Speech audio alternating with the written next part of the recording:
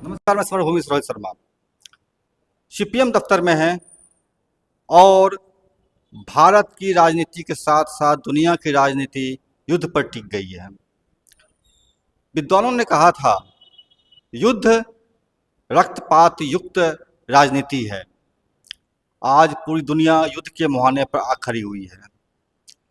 Russia Ukraine वार से शुरू हुआ यह युद्ध हमास, इजराइल, लेबनान से हिजबुल्लाह और इजराइल, आफ्टर देन ईरान और इजराइल, इसके साथ ही अमेरिका जो युद्ध में कूदने के लिए तैयार है। अगर अमेरिका युद्ध में कूदता है तो तृतीय विश्व युद्ध का होना भी उतना ही अनिवार्य है। बहरहाल इस रक्तपात पूर्ण राजनीति का क्या फलसफा है, हम जानेंगे सीपीआईएम के वरिष्ठ नेता दिवाकर जी से। दिवाकर जी हमारे साथ हैं और हम इनसे बात करते हैं।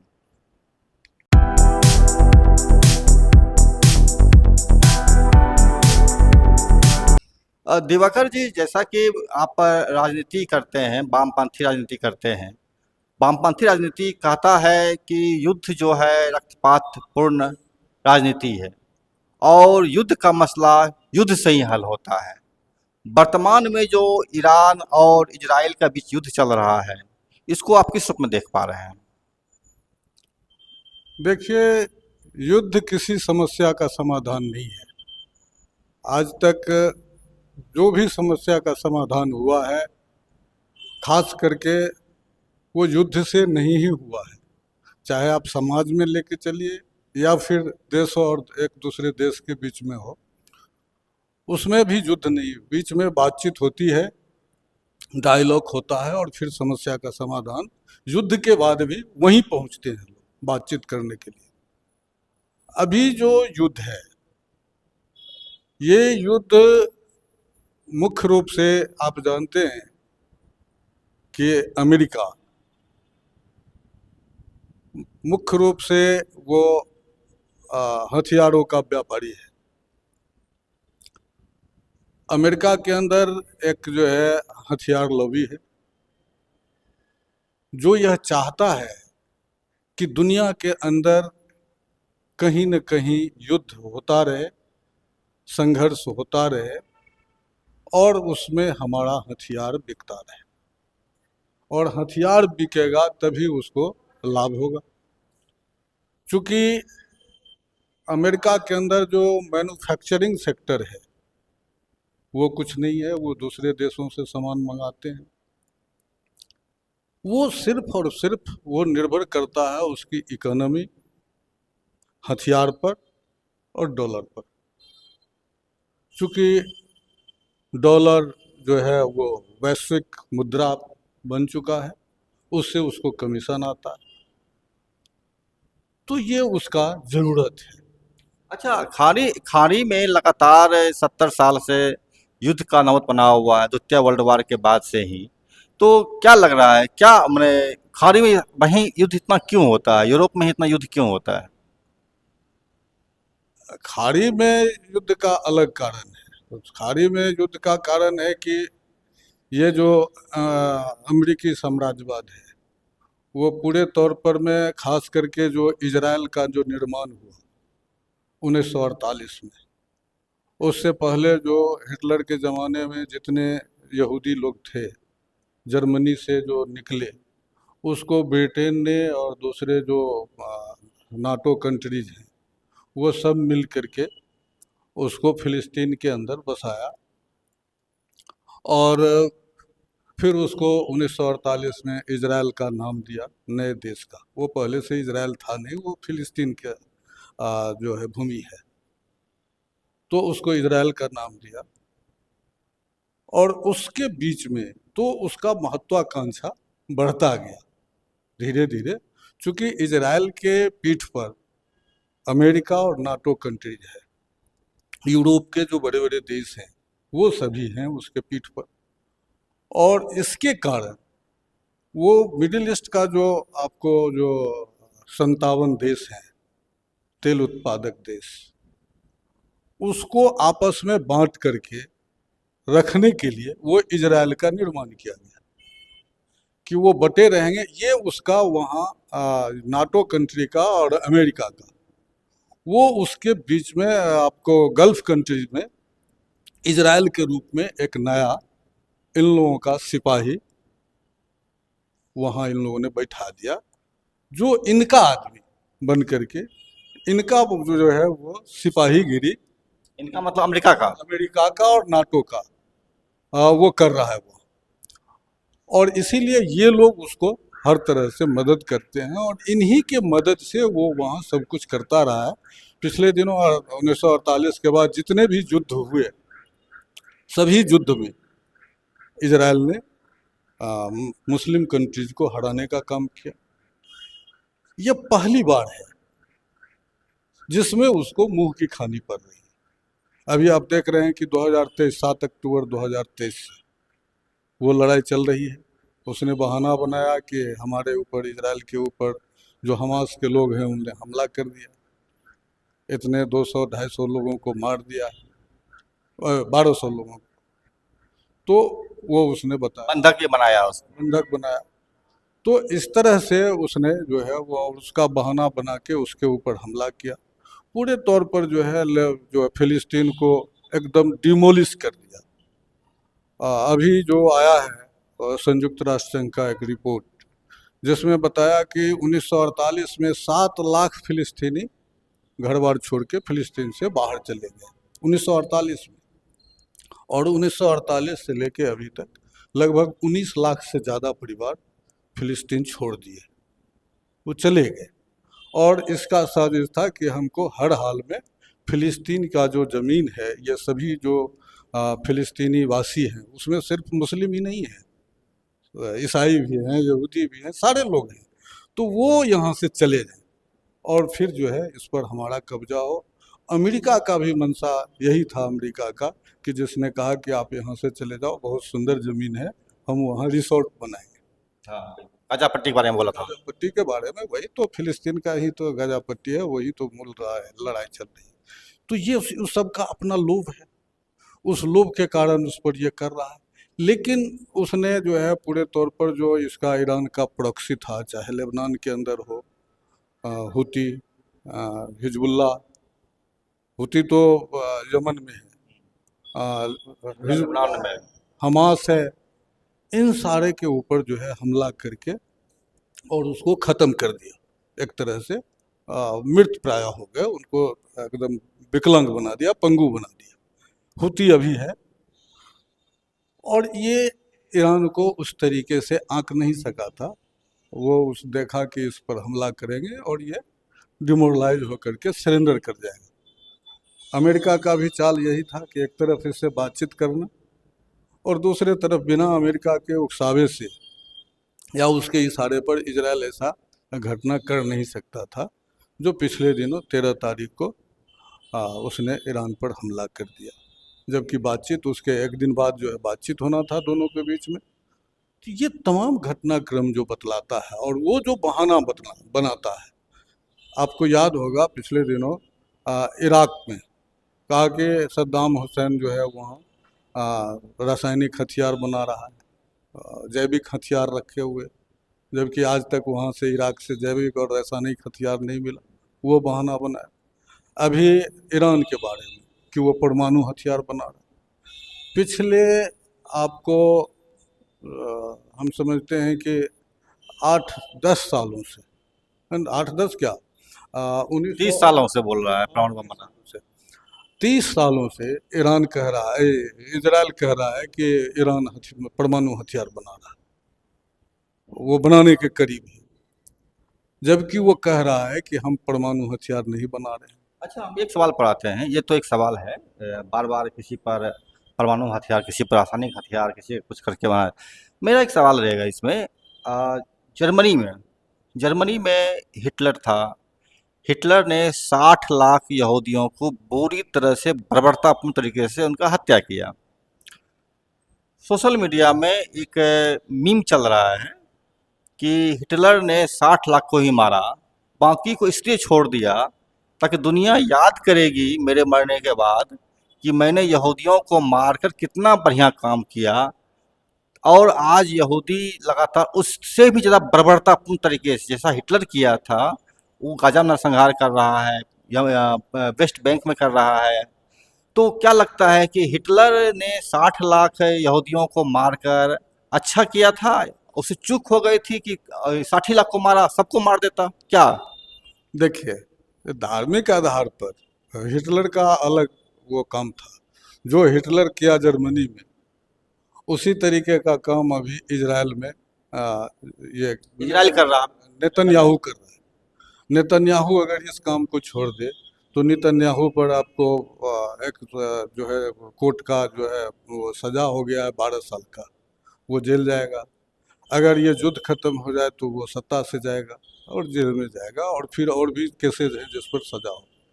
तो जब तक युद्ध चल रहा है नेतन्याहू सत्ता में है और जिंदा है, ये साफ बात है। उसी तरीके से हिटलर का जो था, हम हिटलर के काम को जायज़ नहीं ठहरा सकते हैं किसी धार्मिक आधार पर। किसी एक धर्म को, हर धर्म नहीं था, नस्ल था उसका। वही तो नस्ल और धर्म, यहूदी तो नस्ल है और धर्म भी है। तो वो पूरा का पूरा नस्ल या पूरा का पूरा धर्म जुल्मी नहीं हो सकता है। अभी आपको बता देते हैं कि ये यहूदी फिलिस्तीन में भी हैं, यहूदी ईरान में भी हैं, और अभी जो ईरान के यहूदी हैं उनका संख्या बहुत कम है उनकी, लेकिन ईरान के यहूदी और ये ईरान के मुस्लिम जो भी आबादी है, वो तमाम आबादी आज जो है ईरान के साथ है। क्यों? और वो कह रहा है कि ये जो इजराइल है हमारे देश पर हमला किया है, देश हमारा ईरान है और ये हमला किया है और हमको मजबूर कर रहा है, इसलिए हम इजराइल के खिलाफ हैं। हम यहूदी होते हुए भी हमें ईरान के साथ हैं, हम इजराइल के साथ नहीं। फिलिस्तीन का जो यहूदी है वो फिलिस्तीन के साथ है, हमास के साथ है, लेकिन वो इजराइल के साथ नहीं है। इजराइल में भी मुस्लिम है, या इजराइल में भी मुस्लिम आबादी है। तो ये कहना कि किसी को वो जो हिटलर का काम था वो सिर्फ और सिर्फ सत्ता पर काबिज होने के लिए था, कब्जा करके रखने के लिए था, किसी जनता को वो भलाई करने के लिए नहीं था। किसी जनता को, यहूदी जनता को भगा दिया तो क्या ईसाई को भलाई किया? क्या नहीं किया। तो इसीलिए हम कह रहे हैं कि वो युद्ध किसी समस्या का समाधान नहीं है।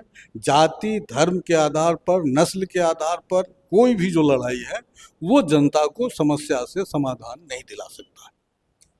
मेरा एक सवाल रहेगा। अभी आप हम भारत देश में रहने वाले हैं और भारत देश का एक प्रधानमंत्री है नरेंद्र मोदी। नरेंद्र मोदी साफ साफ कई बार इनका इजराइल के साथ में रिश्ता नाता दिखा गया है और उनके प्रति सॉफ्ट हैं वो। तो आप इसके बारे में क्या सोचते हैं एज ए पार्टी सीपीएम कि क्या आपको इजराइल के साथ रहना चाहिए या फिर ईरान के साथ रहना जाना चाहिए इसी स्थिति में? आपको बता दें अभी कि चाहे वो इजराइल की शांति कामी जनता हो, या ईरान की जनता हो, फिलिस्तीन की जनता हो, या अमेरिकी जनता हो, वो सभी इस युद्ध के खिलाफ हैं। और सभी इस बात को अभी आपको वो अपना स्टेटमेंट दिए हैं कि ये इजराइल जो है मजबूर कर रहा है, इसको क्या वो हमला करने का क्या ज़रूरत है। आज जो इजराइल चिल्ला रहा है कि हमको बचाओ, हमको बचाओ, अमेरिका कूदो लड़ाई में, वो बोल रहा है ना, आखिर इसको हमला करने का क्या ज़रूरत था? क्या सबूत है उसके पास परमाणु हथियार है? और ये कौन है? जब खुद वो परमाणु हथियार रखे हुए है तो इसको कौन अधिकार दे दिया दूसरे पर हमला करने का? कहीं से कोई अधिकार? ये संयुक्त राष्ट्र संघ तो नहीं है। संयुक्त राष्ट्र संघ ने ऐसा कोई निर्णय लेके नहीं दिया है कि जाओ उसको रोको।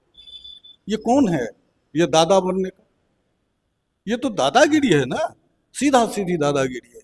तो हम समझते हैं कि वो नाजायज किया है, और इसीलिए दुनिया भर के, एक अमेरिका को छोड़ करके दुनिया भर के देश आज उस इजराइल के इस के घटना के खिलाफ, इस कुकृत्य के खिलाफ, जघन्य अपराध के खिलाफ, दुनिया भर के देश उसके खिलाफ हैं। उसके पक्षधर भी खुले मन से बोल नहीं सकते। ये स्थिति पर वो पहुंच गया। तो सीपीएम का क्या स्टैंड है? क्या मोदी से साथ है या मोदी के विरोध में? आप एक बात जान लीजिए, अभी आपको ये पुलवामा में पहलगाम में आतंकवादी हमला हुआ, 26 लोग उस रोज मारे गए और 2 बाद में मरे उसी जो हमला हुआ था, जिसमें एक मुस्लिम मरे और बाकी हिंदू मरे। ठीक है, वो मुस्लिम क्यों मरे? इस हिंदू पर्यटक को बचाने में। उसने आतंकवादियों का राइफल पकड़ा, बंदूक पकड़ा कि इसको तुम हत्या नहीं कर सकते हो, इसलिए वो मुस्लिम मरा। अब सवाल उत्पन्न होता है कि आप बताइए कि उस आतंकवाद के खिलाफ सबसे ज्यादा विरोध किसने किया अपने देश में? बाहर की बात नहीं कर रहे, बाहर का तो कोई उसके साथ नहीं है। अपने देश के अंदर सबसे ज्यादा विरोध किसने किया? सबसे ज्यादा जम्मू कश्मीर की जनता ने उस आतंकवादी घटना का विरोध किया। ऐतिहासिक बंद हुआ जम्मू कश्मीर, और सिर्फ जम्मू नहीं, जम्मू में तो हिंदू भी हैं, कश्मीर सबसे ज्यादा ऐतिहासिक रूप से बंद हुआ। ये मालूम है आपको? उसने इस आतंकवादी घटना का विरोध किया। पूरे देश की जनता और तमाम पार्टियां मोदी जी को कहा कि आप उस पर जो भी कार्रवाई करते हैं कीजिए, जनता और तमाम विरोधी दल के लोग, पार्टी सब आपके साथ हैं, आप निर्णय लीजिए। निर्णय उन्होंने क्या लिया?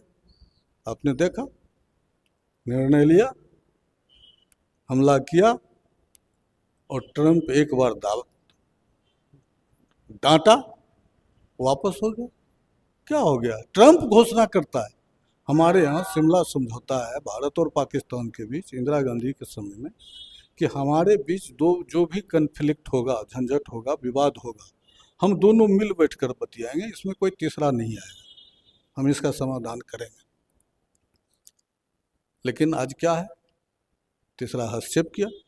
बहुत दिन से अमेरिका का ये ललायत रहा है कि हम भारत और पाकिस्तान के बीच में हम हस्तक्षेप करें, एक जो है उसमें पंचायती करें। नहीं, आप मुद्दे से भाग गए। मैं सीधा बोल रहा था कि आप भारत सरकार के एजेंडे के साथ हैं, मोदी के एजेंडे के साथ हैं ईरान के सवाल पर, इराक के सवाल पर, या आप उससे अलग हैं? मुद्दे से भागिए, बस मुझे मुझे आप बताइए। भारत सरकार का अभी तक कोई एजेंडा नहीं।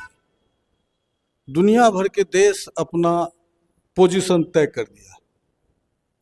कल रूस और चीन, उत्तर कोरिया, तमाम देश, यहाँ तक कि ब्रिटेन, फ्रांस, जर्मनी, सब ने अपना, और दुनिया भर के देश, गरीब से लेके अमीर तक, सब अपना पोजीशन तय कर लिया, और वो पोजीशन तय किया है ईरान के पक्ष में। ईरान के पक्ष में मेरा अच्छा, लेकिन भारत अभी तक कोई पोजीशन तय किया है क्या?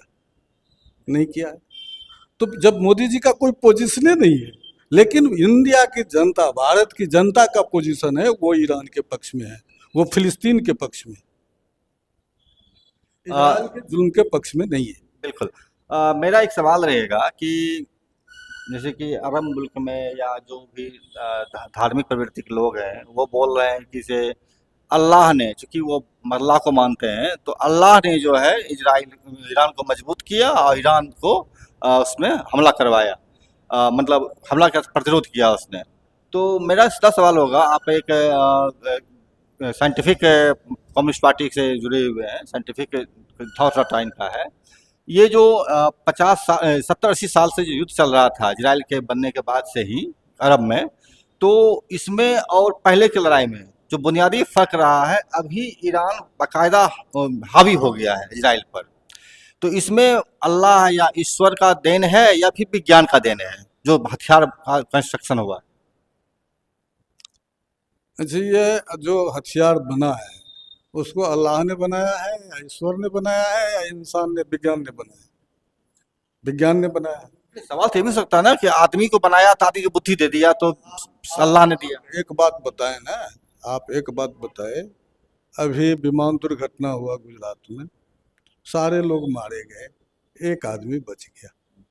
ठीक है, मोदी जी जाके बोल रहे हैं, गीता बची थी, गीता बची थी, एक गीता किताब। एक व्यक्ति भी बच गया। आप सुनिए पहले, एक आदमी भी बच गया, एक आदमी बच गया जो अभी भी हॉस्पिटल में है, तो वो आदमी बच गया। 242 लोग थे, 241 मारे गए, एक बच गया। लोग बोले कि इसको, हिंदू बोल रहा है इसको ईश्वर ने बचा लिया, मुस्लिम बोल रहा है कि किसी को अल्लाह ने बचा लिया। लेकिन 241 अल्लाह का जो है दुश्मन था क्या? नहीं ना था। तो अगर बच गया तो ईश्वर अल्लाह ने बचा लिया, मारा गया तो वो अपने से गया। तो जिस तरह से आज जो ये घटनाएं घट रही है, अगर लोग मारे गए हैं तो वो अमेरिका का दोष नहीं है, और बच गए तो अमेरिका ने इसको मदद करके बचा दिया। तो यही होता है, आज तक होते आया है।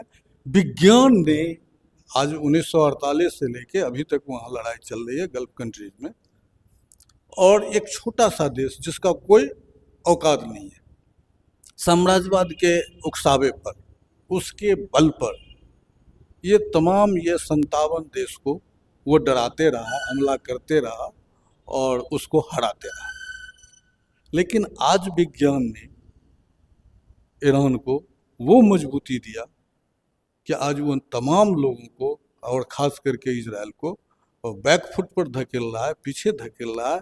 और न सिर्फ उसको धकेल रहा है, उसके पीठ पर जो असली ताकत है अमेरिका का, आज ट्रंप को भी भागना पड़ रहा है और उनको भी कहना पड़ रहा है कि जो कनाडा से दौड़ के आए थे कि हम कुछ बड़ा फैसला करने जा रहे हैं, वो आज बोल रहे हैं कि अब हमको 2 सप्ताह का समय चाहिए।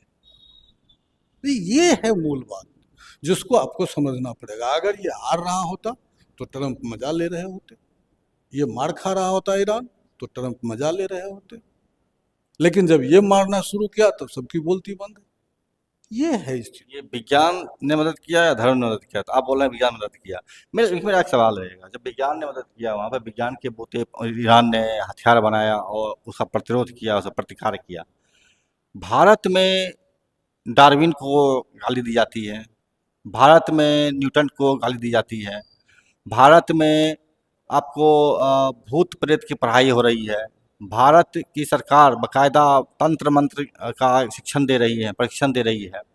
बड़े बड़े इंस्टीट्यूट्स जो हैं आपको आईआईटी वगैरह, उस सबको लगभग वहाँ भूत प्रेत पढ़ाने की व्यवस्था की जा रही है। तो ऐसे में क्या लगता है कि भारत की जो ये भूत प्रेत पढ़ाने का, जो रामायण पढ़ाने का, महाभारत पढ़ाने का जो प्रैक्टिस नया शुरू हुआ है, तो भारत किसमें कितना इम्प्रूव करेगा?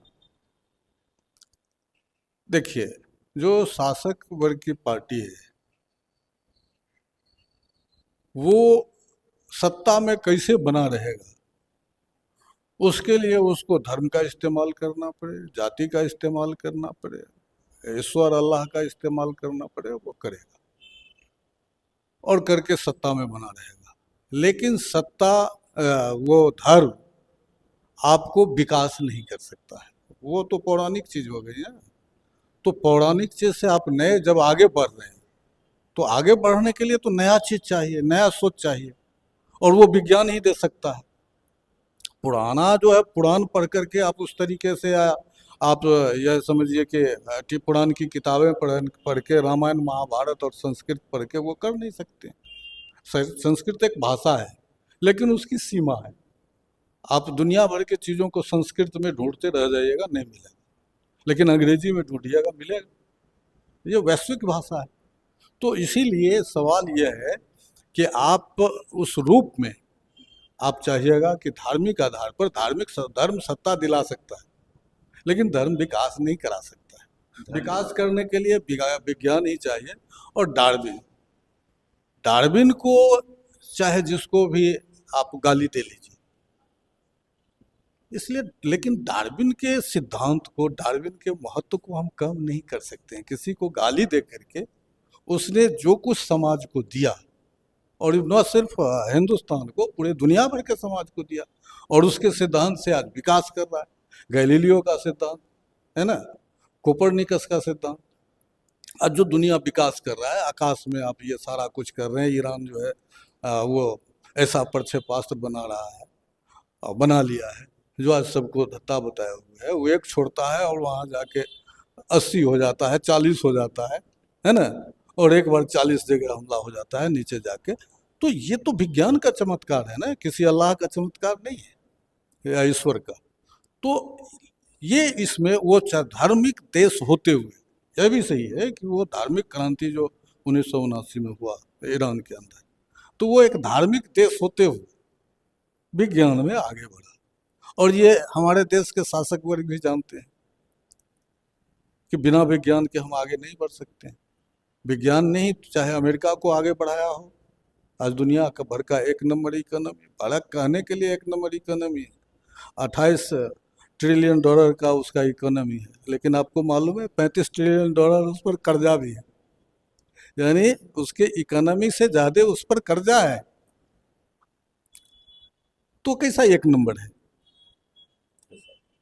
तो ये इस चीज़ को समझने की ज़रूरत है। इसको जब तक हम लोग नहीं समझेंगे तब तक हमारा विकास नहीं होगा। और अच्छा एक बताइए, अभी क्या लग रहा है कि तृतीय विश्व युद्ध का जो हमेशा बिगुल बजता रहता है, हमारे मीडिया चैनल हम लोग भी बजाते रहते हैं बिगुल, तृतीय विश्व, कितना लगता है कि तृतीय विश्व हो सकता है, और होगा अगर कैसे होगा? देखिए, हमको नहीं लगता है कि तृतीय विश्व युद्ध होगा। तृतीय विश्व युद्ध तब होगा जब ट्रंप का पागलपनी सामने आएगा, तब तृतीय विश्व युद्ध हो सकता है। अभी तृतीय, चूंकि सब लोग यह समझते हैं कि परमाणु युद्ध का मतलब क्या है और तृतीय विश्व युद्ध का मतलब क्या है। अब वो जमाना नहीं है कि सिर्फ अमेरिका के पास ही परमाणु हथियार है। आज दुनिया के कई देशों के पास घोषित और अघोषित परमाणु हथियार है। इजराइल ने घोषित नहीं किया, लेकिन उसके पास भी परमाणु हथियार है। तो अघोषित भी कई सारे देशों के पास वो परमाणु हथियार है। और न सिर्फ परमाणु हथियार बल्कि दूसरे परंपरागत हथियार भी एक से एक है उसके पास, जो आज जवाब एक दूसरे को दे सकता है। तो हमारे और किसके पास क्या है सबको पता भी नहीं। ईरान के पास क्या है अगर पता होता इजराइल के पास तो हमला नहीं करता, पता नहीं था। आज वो कल बोल रहा है उसका मंत्री मार खा रहा है जनता में और कह रहा है हमको पता नहीं था कि उस ईरान के पास ये सब है ना। तो हमारे कहने का मतलब है कि दुश्मन को कम करके नहीं आंकना चाहिए और उसकी ताकत को बिना आके उस लड़ाई में चला जाना, तो अपने बैकफुट पर जाने के सिवा दूसरा कोई उपाय नहीं। तो यही है वहाँ स्थिति, समझ लो। तो हमारे कहने का मतलब है कि जो स्थिति है इसमें विश्व युद्ध हमें नहीं लगता है कि तृतीय विश्व युद्ध होगा। सभी समझने वाले लोग हैं। और अभी आपको मालूम है कि वहाँ ही ईरान इजराइल में ही जब आपको पुतिन और शी जिनपिंग ने ट्रंप को कहा कि सोच लो अगर तुम कूद रहे हो इसमें तो इसका परिणाम क्या होगा। वही ट्रंप जो 48 घंटा में फैसला ले रहे थे, तुरंत फैसला ले रहे थे, धमकी दे रहे थे ईरान को, सारा कुछ बोल रहे थे, वही ट्रंप अब 2 सप्ताह का समय ले रहे हैं निर्णय लेने के लिए। तमाम हवाई जहाज जो भेज दिए थे गल्फ कंट्रीज में और अपना पोत वगैरह सारा चीज़, अब वो जहाज हटा रहे हैं वहाँ। अच्छा, तो इससे अच्छी लगता नहीं है कि आपको युद्ध के को केवल युद्ध से ही खत्म कर सकते हैं, या वार्ता, शांति, धरना प्रदर्शन से खत्म नहीं कर सकते? नहीं, देखिए, युद्ध से कोई, हम तो अभी भी बोल रहे हैं ना, युद्ध से खत्म नहीं हो सकता। नहीं, अगर मान लीजिए इजराइल ने हमला किया, ईरान के पास हथियार नहीं होता, अगर उसके पास भी नए नए आग्नेयास्त्र नहीं होता अगर, तो फिर चीजें दूसरी तरफ चली जाती ना। अभी इजराइल अक्टूबर 2023 से फिलिस्तीन पर और हमास के ऊपर गाजा पट्टी में हमला कर रहा है, पूरा सबको डिमोलिश कर दिया। क्या इजराइल जीत गया? गाजा पट्टी को जीत लिया? नहीं जीता। जनता अभी भी लड़ रही है और अभी भी मारे जा रहे हैं और इजराइल मार रहा है उसको हथियार के बल पर। अफगानिस्तान में क्या अमेरिका जीत गया? वहां जाके जीत गया? नहीं जीता। इराक में अमेरिका जीत गया, वहां से उसको भागना पड़ा, अफगानिस्तान से भागना पड़ा। वियतनाम में क्या जीत गया? वहां से भागना पड़ा। ऐसा नहीं है कि किसी पर हमला कर देने से, मार देने से आप लड़ाई जीत जाएंगे। लेकिन प्रतिरोध भी सशस्त्र ही होता है, धरना प्रदर्शन, जुलूस, अनशन। ठीक है, प्रतिरोध जो उसकी ताकत है उसके हिसाब से वो प्रतिरोध कर रहा है, नहीं कर रहा है सो नहीं, जो उसकी क्षमता है। अब वो मिसाइल का प्रतिरोध क्या करेगा? हमास, बोलिए, जिसके पास अब मिसाइलें नहीं है, उसका कोई प्रतिरोध करेगा? तो वो तो जो उसके पास साधन है उससे उसका प्रतिरोध कर रहा है। जनता ने लड़ रही है तो हम आप थोड़े जाके लड़ रहे हैं, वही है, वहाँ की जनता ही उसके खिलाफ में प्रतिरोध कर रही है, मर रही है, मार रही है।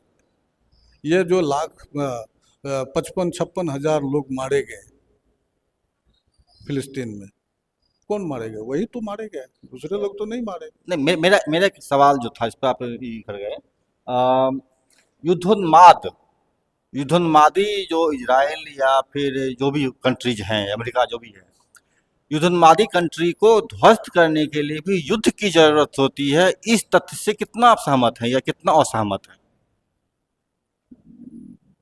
देखिए, एक बात है, युद्धोन्माद तब तक उसका कामयाब रहता है जब तक उसको लगता है कि सामने वाला हमसे कमजोर है, हम उस पर जो भी करेंगे वो प्रत्युत्तर हमको नहीं देगा।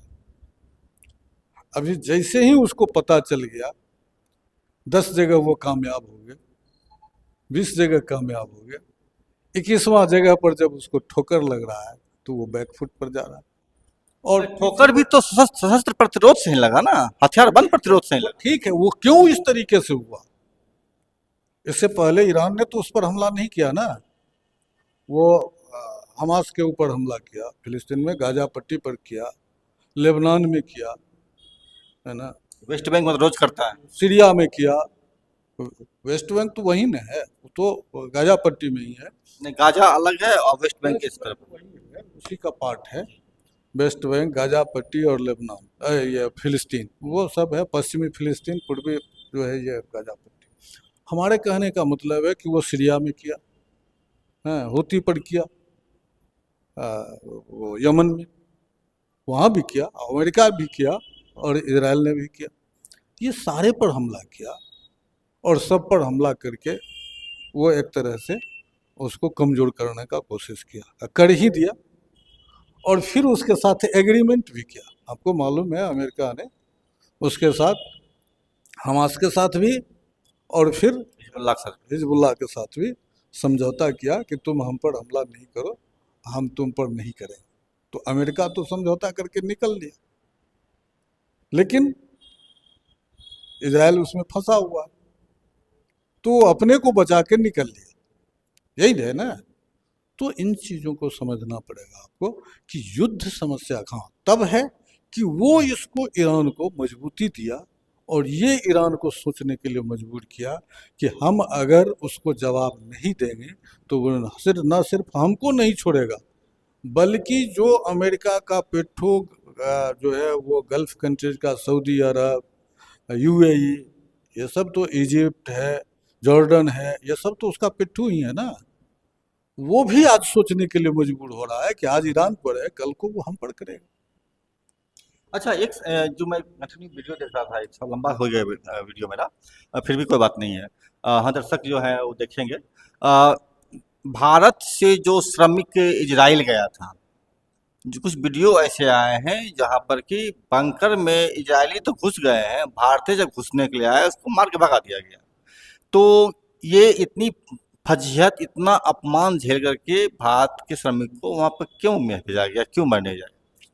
अब ये तो जोगी जी से और मोदी जी से पूछना चाहिए कि आपने, नहीं, जोगी जी बोल रहे थे ना कि यहाँ तो ये है, ये लोग 1 लाख डॉलर रुपया, 2 लाख महीना कमाने के लिए जा रहे हैं इजराइल, हैं, 2 लाख का 1.5 लाख का महीना वहाँ मिलेगा, मजदूरों को काम मिलेगा। अरे ये तो हमारे लिए शर्मिंदगी की बात है कि हम अपने लोगों को अपने यहाँ काम नहीं दे रहे हैं, रोजगार नहीं दे रहे हैं, और वो वहाँ जा रहा है जहाँ जो युद्ध में ऑलरेडी फंसा हुआ है, तो हम तो मरने के लिए भेज रहे हैं उसको, सीधा सीधी। लेकिन यहाँ मोदी जी का जो भक्तगण है उसी का गुणगान कर रहा है, तो आप उसका क्या कहिएगा? अब इसका तो दूसरा कोई जवाब नहीं है ना, सीधी सी बात है। तो हमको यह समझना पड़ेगा कि वो हमारा नहीं है, हम उसका चाहे जितना कर लें। आज मोदी जी का हाल है, जो हाउडी मोदी ट्रम्प करते थे, अब की बार ट्रम्प सरकार करते थे, 1 नंबर का जो हमारा मित्र है ट्रम्प, जिसके लिए जीतने के लिए यहाँ जो है हवन करते थे, पूजा पाठ करते थे, अष्टजाम करते थे। आज वही ट्रम्प जो है इनको हर जगह फजीहत कर रहा है, हर जी, जगह। बहुत बहुत शुक्रिया आपका, आपने बहुत अच्छी जानकारी दी। लेकिन एक महत्वपूर्ण चीज़ जो उन्होंने बताया, वो बताया कि किसी भी युद्ध का अ, विज्ञान ही आपको मदद करता है किसी के खिलाफ खड़े होने में, और युद्ध का अंत भी युद्ध से ही हो सकता है। ये भी एक कहीं न कहीं चीज़ दिखता है। अगर ईरान के पास युद्धोस्त्र नहीं होता अगर, तो वो इसको हरा नहीं पाता, इसको आज मजबूर नहीं करता शांति वार्ता करने के लिए। तो जो कोई ताकत शांति वार्ता की बात करते हैं, शांति के लिए काम करते हैं, उनको युद्धोन्मादित ताकतों के खिलाफ लड़ने की भी ज़रूरत होगी। जब तक वो उसको मजबूर नहीं करेंगे, इजराइल और ईरान में यही देखा गया कि अगर इजराइल को ईरान मजबूर नहीं करता अपने विज्ञान की मदद से जो हथियार तैयार करके जो हमला किया, तो इजराइल कभी भी शांति वार्ता की बात नहीं करता। अनकंडीशनल सरेंडर की बात जो ट्रंप ने किया था G7 से भाग करके आने के बाद, तो वह भी नहीं चुप हो गया, खामोश हो गया। इसीलिए खामोश हो गया कि ईरान भी आज जो है मजबूती से विज्ञान के सहारे अपने नए नए युद्धोस्त्र, युद्ध का हथियार, आयुध तैयार कर लिया है। यही वजह है कि आज सभी लोग शांति की बात कर रहे हैं, शांति होने की बात कर रहे हैं। बहरहाल दुनिया की जनता शांति की बात करती है, शासक भले ही अशांति की ओर जाए। नमस्कार, मैं समर भूमि से रोहित शर्मा। चैनल देखिए, लाइक सब्सक्राइब कीजिए, शेयर कीजिए। सर, आपका बहुत बहुत शुक्रिया। ठीक है, आप जी, थैंक यू।